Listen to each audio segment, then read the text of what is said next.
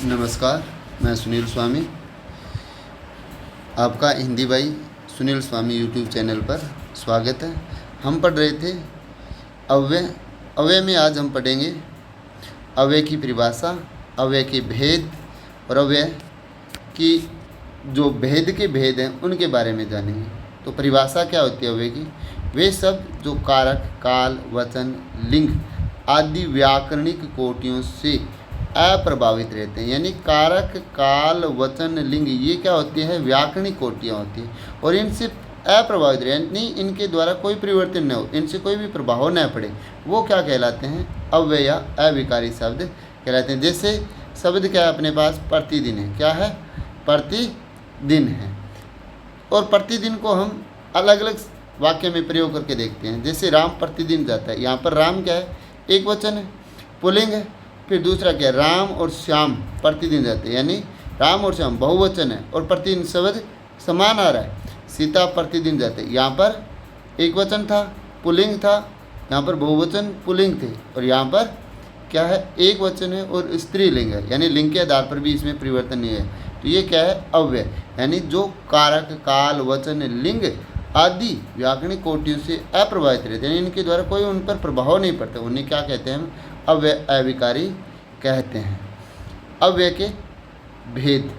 अव्यय के कितने भेद होते हैं? तो देखिए, अव्यय के 5 भेद माने गए। मुख्यतः तो 4 ही भेद होते हैं। मुख्यतः तो कितने होते हैं? 4 ही। बाकी कई जगह क्या मिलता है? 5। पांचवां भेद है वो निपात या अवधारक अव्यय को भी माना जाता है। ठीक, 4 मुख्य भेद कौन कौन से हैं? तो क्रिया विशेषण अव्यय, संबंध बोधक अव्यय, समुच्चय बोधक अव्यय और विस्मय आदि बोधक अव्यय। और जो 5वां गौण भेद माना जाता है, इसे क्या बोला गया है? गौण भेद कहा जाता है। और ये गौण भेद कौन सा है?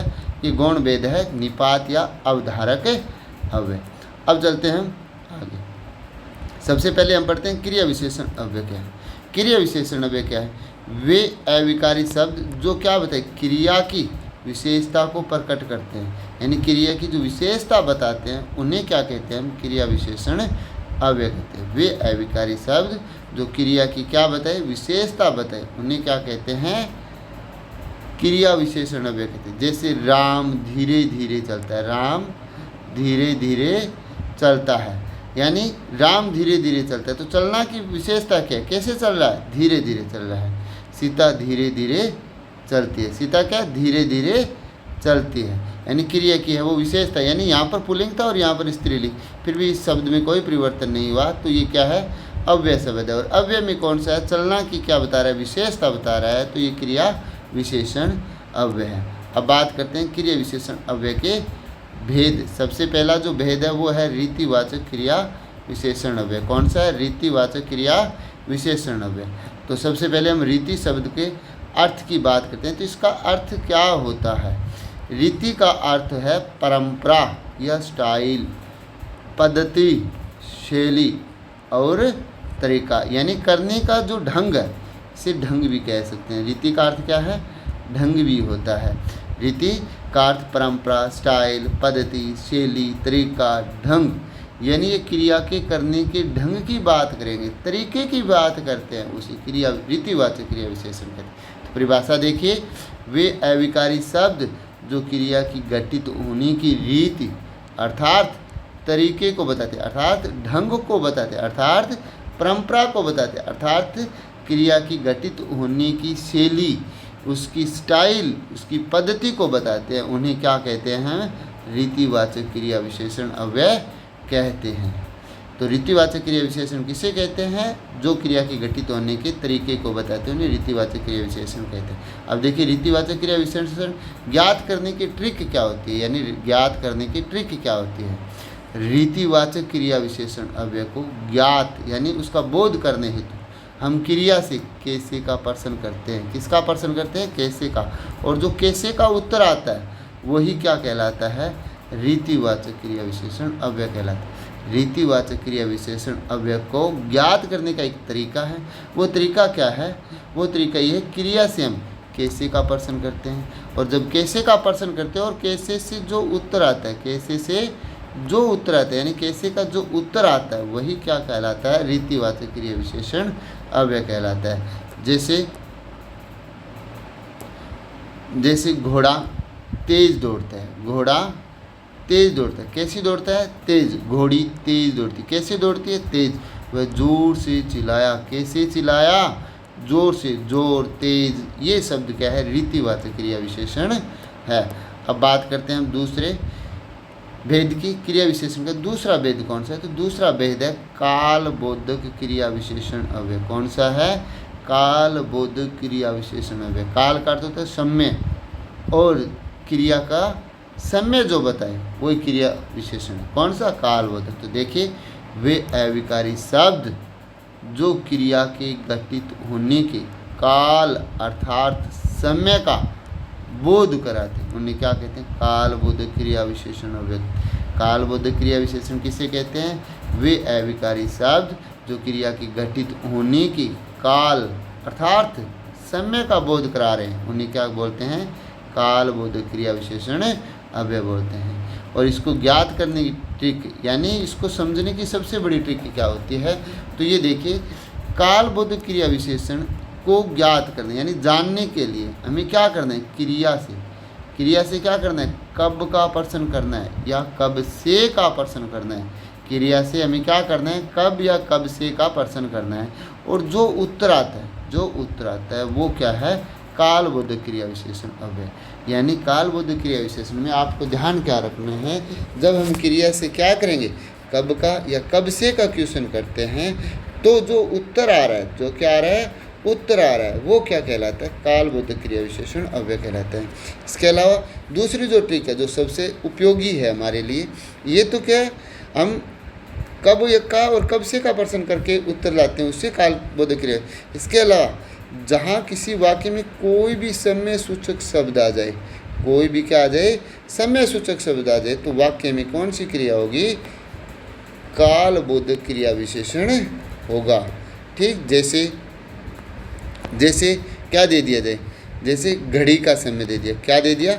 घड़ी का समय 2 बजे, 3:30 बजे। वार का नाम दे दिया, रविवार, सोमवार, मंगलवार, बुधवार, जो भी दे दिया वो क्या देगा? समय। जैसे सोमवार दे दिया, मंगलवार दे दिया, ये क्या है? वार के नाम है। और ये किसके अकॉर्डिंग आएंगे? ये आएंगे अपने कालबोधक क्रिया विशेषण में। माह का नाम, समय, कार्तिक, रमजान, अगस्त, सितंबर, अक्टूबर, नवंबर, वर्ष 1920, 1930, 1940, आज, कल, परसों, सुबह से, अभी, ये क्या होते हैं? क्रिया विशेषण। कालबोधक क्रिया विशेषण में समय सूचक शब्द जो ये आते हैं, तो इसे क्या पता चलेगा? इससे कालबोधक क्रिया विशेषण के बारे में जानकारी होती है। अब उदाहरण देखिए, उदाहरण क्या है? ये गलत हो गया, यहाँ पर क्या है? वह कल आएगा। क्या आएगा? वह कल आएगा। वह कल आएगा यानी कब आएगा? कल आएगा। उत्तर आ रहा है ना? सुरेश सुबह से पढ़ रहा है। सुरेश सुबह से पढ़ रहा है। तो सुरेश कब से पढ़ रहा है? तो सुबह से पढ़ रहा है। अब बात करते हैं हम किसकी? स्थानबोधक क्रिया विशेषण की। किसकी बात करते हैं? क्रिया विशेषण के तीसरे भेद की बात करते हैं, और वो कौन सा है? स्थानबोधक क्रिया विशेषण अव्यय। वे अविकारी शब्द जो क्रिया के घटित होने के स्थान का बोध कराते हैं। किसका बोध कराते हैं? स्थान का बोध कराते हैं, उन्हें स्थानबोधक क्रिया विशेषण कहते हैं। वे अविकारी शब्द जो क्रिया के घटित होने के स्थान का बोध करा रहे हैं, उन्हें क्या कहते हैं? स्थानबोधक क्रिया विशेषण अव्यय कहते हैं। जैसे ट्रिक से हम कैसे ध्यान रखेंगे? क्रिया से हम क्या करेंगे? कहाँ या कहाँ से का प्रश्न, कहाँ या कहाँ से का प्रश्न करते हैं, तो जो उत्तर मिलता है वहाँ कौन सा क्रिया होगा? अव्यय होगा। स्थानबोधक क्रिया विशेषण अव्यय होगा। यदि किसी भी वाक्य में, दूसरी बात जो है वो कि यदि किसी भी वाक्य में कोई भी स्थान सूचक शब्द आए, या अगर समय सूचक शब्द आता है, समय सूचक शब्द आता है, तो कौन सी क्रिया होगी? कौन सा विशेषण अव्यय होगा? तो कालबोधक क्रिया विशेषण होगा। और जहाँ स्थान सूचक शब्द आते हैं तो वहाँ कौन सा होगा? स्थानबोधक क्रिया विशेषण अव्यय होगा। जैसे ये जो शब्द आ रहे हैं, ये दो शब्द आते हैं, ये क्या होते हैं? स्थानबोधक क्रिया विशेषण होते हैं। यहाँ, वहाँ, इधर, उधर, ऊपर, नीचे, दाएं, बाएं, जयपुर, बीकानेर, अलवर, भारत, राजस्थान और भारत, ये क्या है? स्थानबोधक क्रिया विशेषण है। फिर बात करते हैं हम किसकी? परिमाणवाचक क्रिया विशेषण की। यानी क्रिया विशेषण का चौथा भेद कौन सा है? परिमाण। परिमाण का अर्थ क्या होता है? मात्रा होता है। तो देखिए, वे अविकारी शब्द जो क्रिया के घटित होने के परिमाण अर्थात मात्रा का बोध कराते हैं, यानी कितना, कितनी का बोध कराते हैं, वो क्या कहलाता है? परिमाणवाचक क्रिया विशेषण अव्यय कहलाता है। तो देखिए, इसके बारे में समझिए, ये समझने लायक बात है, बहुत ही इंपॉर्टेंट है। क्रिया से कितना, कितनी का प्रश्न करते हैं। क्रिया से किसका प्रश्न? कितना या कितने का प्रश्न करते हैं, और जो उत्तर आता है वह परिमाणवाचक क्रिया विशेषण अव्यय होता है। अब देखिए, इसमें एक बात आपको ध्यान में रखनी है। टिप्पणी क्या लिखी है मैंने? टिप्पणी यह है कि यदि मात्रा सूचक शब्द, यदि मात्रा सूचक शब्द किसके साथ आ रहा है? क्रिया के साथ आ रहा है, तो ही क्या होगा? परिमाणवाचक क्रिया विशेषण माना जाएगा। यदि मात्रा सूचक शब्द किसी संज्ञा के साथ आ रहा है तो परिमाणवाचक विशेषण माना जाएगा। अब ये ध्यान में रखने वाली बात है, विशेष इंपॉर्टेंट बात यही है कि यदि मात्रा सूचक शब्द क्रिया के साथ आता है तो ही परिमाणवाचक क्रिया विशेषण अव्यय होगा, वरना यदि वह मात्रा सूचक शब्द संज्ञा के साथ आ रहा है तो क्या माना जाएगा? परिमाणवाचक विशेषण माना जाएगा। आगे देखिए क्या कह रहे हैं, उदाहरण के तौर पर समझिए।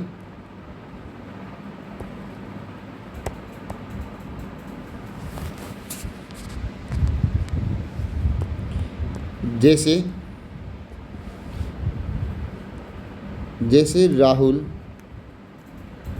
बहुत बोलता है। राहुल बहुत बोलता है। राहुल कितना बोलता है? बहुत बोलता है। बोलना से पहले आया तो क्या है? क्या है?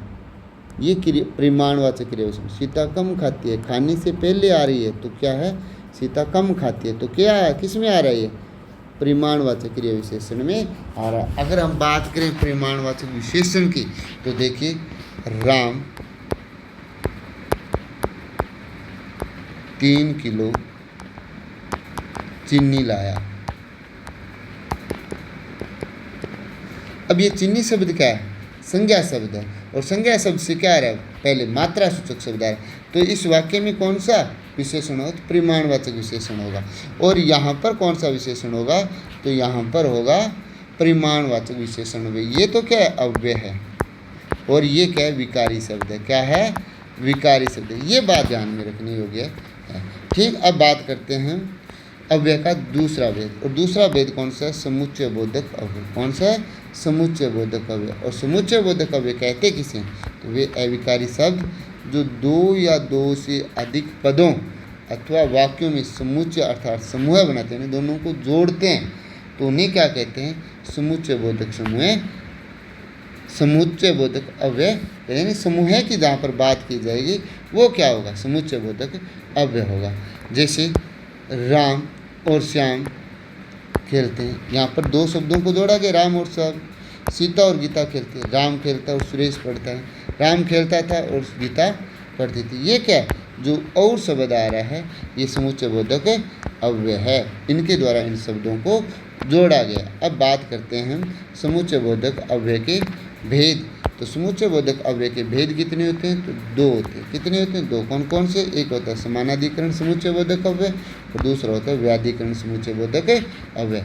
सबसे पहले हम बात करते हैं किसकी?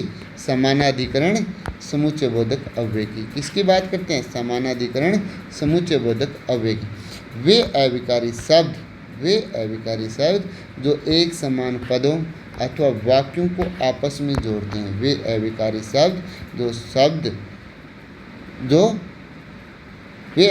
शब्द जो एक समान पदों यानी समान पदों अथवा वाक्यों को आपस में जोड़ते हैं, उन्हें समानाधिकरण अव्यय कहते हैं। क्या कहते हैं? समानाधिकरण अव्यय कहते हैं, यानी समानाधिकरण समुच्चय बोधक अव्यय कहते हैं। जैसे राम और सुरेश पढ़ते हैं, राम पढ़ता है और सुरेश खेलता है। समानाधिकरण समुच्चय बोधक के भी भेद होते हैं। तो समानाधिकरण समुच्चय बोधक अव्यय के जो भेद है वो कौन कौन से हैं? तो एक होता है संयोजक, एक होता है विभाजक या वैकल्पिक, एक होता है विरोध मूलक और परिमाण बोधक। यानी समानाधिकरण समुच्चय बोधक अव्यय के भेद पूछे जाए तो कितने होते हैं? 4। कौन कौन से? संयोजक, विभाजक या वैकल्पिक, विरोध मूलक और परिमाण बोधक। अब हम सबसे पहले बात करते हैं संयोजक समानाधिकरण अव्यय की। संयोजक समानाधिकरण अव्यय क्या होते हैं? जो पदों या वाक्यों को आपस में जोड़ते हैं, जो पदों या वाक्यों को आपस में जोड़ते हैं, वो क्या कहलाते हैं? संयोजक समानाधिकरण कहलाते हैं। और संयोजक अव्यय कौन कौन से होते हैं? वे होते हैं हमेशा और, एवं, तथा, व। कौन कौन से होते हैं? और, एवं, तथा, व। इन शब्दों से जो वाक्य या शब्द जोड़ा गया वो कौन सा कहलाएगा? संयोजक समानाधिकरण अव्यय कहलाएगा। जैसे राम और श्याम खेलते हैं, ठीक, राम पढ़ता है तथा सुरेश खेलता है। अब बात करते हैं दूसरे भेद की। दूसरा भेद है समानाधिकरण का विभाजक या वैकल्पिक। वे अविकारी शब्द जो एक ही वर्ग की दो वस्तुओं प्राणियों में से किसी एक का चुनाव करने हेतु प्रयुक्त हो, उन्हें विभाजक या वैकल्पिक समानाधिकरण समुच्चय बोधक अव्यय कहते हैं। यानी यह कहने का तात्पर्य यह है कि यदि दो वस्तुएं या दो प्राणी दिए हैं, उनमें हमें एक का चुनाव करना है और उनको एक को चुनाव करने के लिए हमें जो उन शब्दों को जोड़ने का जो प्रयास किया गया उसे क्या कहते हैं? विभाजक या वैकल्पिक कहते हैं। वो कौन से होते हैं? अथवा या होता है। कौन से होता है? अथवा या होते हैं। हमेशा ही कौन से होते हैं? अथवा या होते हैं, जिसे विभाजक या वैकल्पिक समानाधिकरण समुच्चय बोधक अव्यय कहते हैं। जैसे राम या श्याम में से एक दे। अब राम और श्याम में से एक को चुनना है, किसको लेकर? सुरेश अथवा मोहन में से एक यहाँ रहेगा। अब इन दोनों में से एक को चुनना है, यानी एक को चुनाव करने की जो के लिए जो प्रयुक्त किया जाता है वो क्या कहलाता है? विभाजक या वैकल्पिक समानाधिकरण समुच्चय बोधक अव्यय कहलाता है। अब बात करते हैं हम समानाधिकरण के तीसरे भेद की। तीसरा भेद है विरोध मूलक समानाधिकरण। वे अविकारी शब्द जो किसी कार्य के विपरीत परिणाम को बताते हैं। वे अविकारी शब्द जो किसी कार्य के किसके बताते हैं? विपरीत परिणाम को बताते हैं, नतीजे को बताते हैं। उन्हें विरोध मूलक समानाधिकरण समुच्चय बोधक अव्यय कहते हैं। जैसे किंतु, परंतु, लेकिन, पर, अगर, मगर।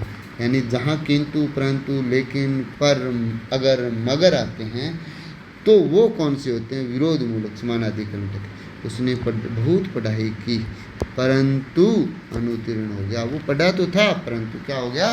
फेल। वह अच्छा आदमी था लेकिन मर गया। यानी ये परंतु और लेकिन शब्द है, ये क्या है? विरोध मूलक समानाधिकरण समुच्चय बोधक अव्यय हैं। अब बात करते हैं परिमाण बोधक समानाधिकरण, यानी चौथे भेद की बात करते हैं समानाधिकरण की। तो चौथा भेद क्या है? वे अविकारी शब्द जो किसी कार्य के परिणाम, किसी कार्य के परिणाम को बताते हैं, यानी नतीजों को बताते हैं, उन्हें परिणाम बोधक समानाधिकरण समुच्चय बोधक अव्यय कहते हैं। इसलिए अतः, अस्तु ये किस में आते हैं? परिमाण बोधक अव्यय में आते हैं। वह पढ़ता है इसलिए उत्तीर्ण हो जाएगा। वह पढ़ता है इसलिए उत्तीर्ण हो जाएगा। अगर नहीं पढ़ता है तो वह फेल भी हो जाएगा। तो देखिए अगला जो भेद है समुच्चय बोधक का, वो था व्याधिकरण समुच्चय बोधक अव्यय। कौन सा है? व्याधिकरण समुच्चय बोधक अव्यय।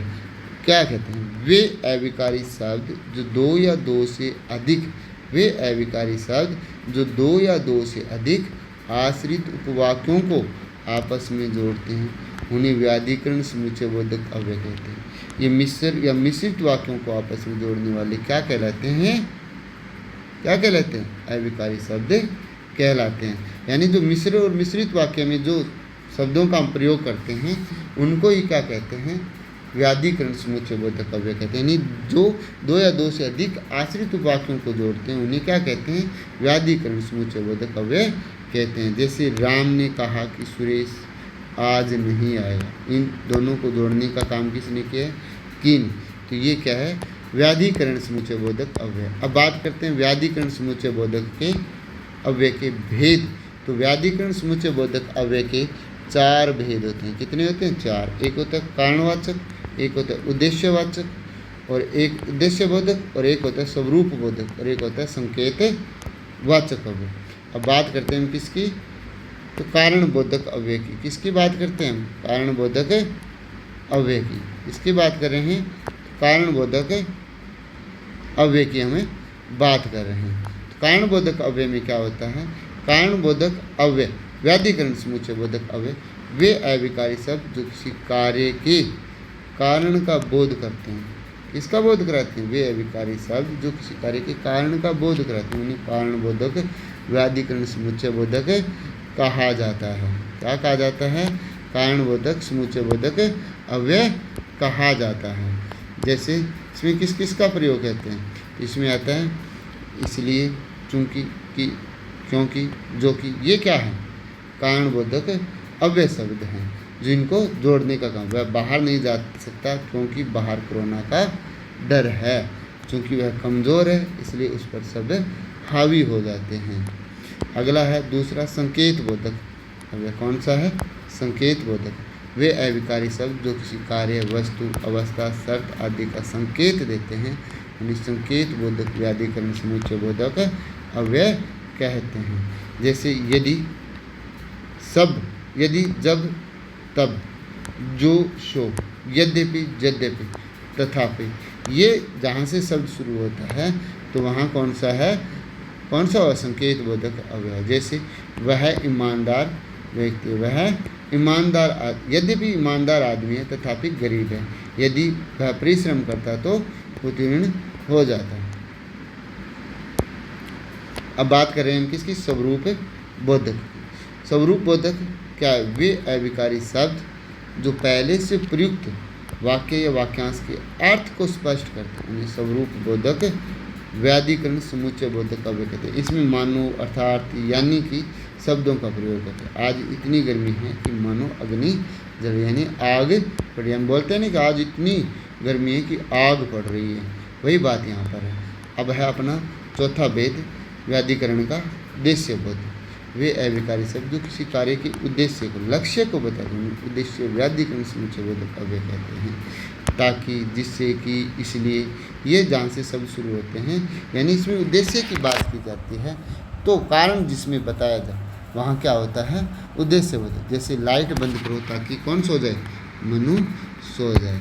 अब बात करते हैं इसकी, हम बात करेंगे अब अव्यय के तीसरे भेद की। और तीसरा भेद कौन सा है? विस्मय आदि बोधक अव्यय। विस्मय आदि बोधक अव्यय क्या होते हैं? वे अविकारी शब्द जो घृणा, क्रोध, घृणा, क्रोध, क्या नाम है ये? क्रोध, क्या लिखेंगे?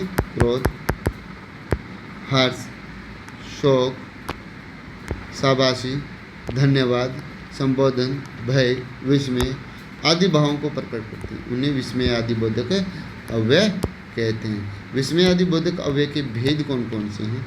तो विस्मय आदि बोधक के लगभग 12 भेद माने जाते हैं। कितने भेद माने जाते हैं? 12, जिनमें से हम बात करते हैं। पहला भेद है विस्मय।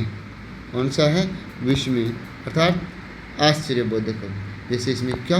अरे सच, ओह, यानी जहाँ आश्चर्य का बोध हो वहाँ विस्मय आदि बोधक होता है। हर्ष बोधक, जिसमें हर्ष, खुशी की बात, आहा, वाह। जैसे हमें कुछ प्राप्त होता है तो कहते हैं आहा मुझे ये मिला, बच्चा बोला आहा मुझे टॉफी मिली, वही बात है। शोक, जहाँ पर दुख की बात की जाए। जैसे अभी तत्काल में हरियाणा में जो मनीषा मर्डर की बात चल रही है, अब उसका क्या हुआ है, लेकिन उसकी जैसे हालत देखते हैं तो हालत देखते हैं, हे राम, हाय, ये भी हो गया। भय बोधक। अब भय बोधक कैसे लगता है? भय ऐसे लगता है जैसे हनुमानगढ़ में अभी एक घटना हुई थी जिसमें एक दादाजी ने अपनी पोती का कत्ल कर देते हैं, तो उसमें हाय बाप रे, यानी लोगों को भय उमड़ता है, यानी अपनों के प्रति भय आ जाता है। चेतावनी बोधक।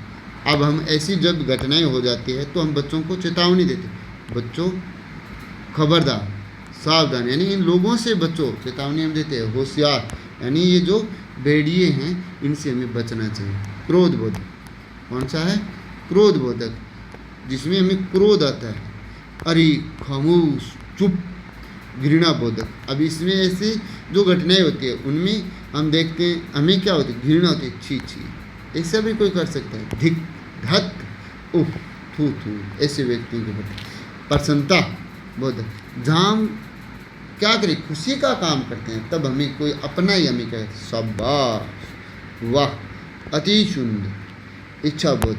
अब हम देखते हैं कि हमारी कोई इच्छा है और कोई सामने से हमें ऐसा मिलता है, तब हम सोचते काश ऐसा मेरे साथ, यदि मैं ऐसा होता।